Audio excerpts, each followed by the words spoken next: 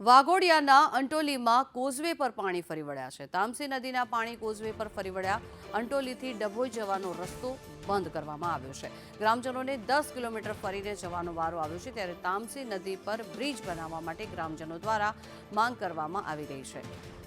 વારંવાર રજૂઆત ગ્રામજનો દ્વારા કરવામાં આવી રહી છે, તે છતાં પણ તંત્ર દ્વારા આંખ આડા કાન કરવામાં આવી રહ્યા છે। જોકે અંટોલીથી ડભોઈ જવાનો રસ્તો હાલ બંધ થઈ ગયો છે, કારણ કે સતત પાણીનો પ્રવાહ વધી રહ્યો છે અને તેના કારણે થઈને કોઈ જાનમાલની હાલાકી ન પડે તેટલા માટે થઈને આ રસ્તા બંધ કરવામાં આવ્યા છે અને હવે વાહન ચાલકોને લગભગ 10 કિલોમીટર ફરીને ત્યાં પહોંચવું પડે છે।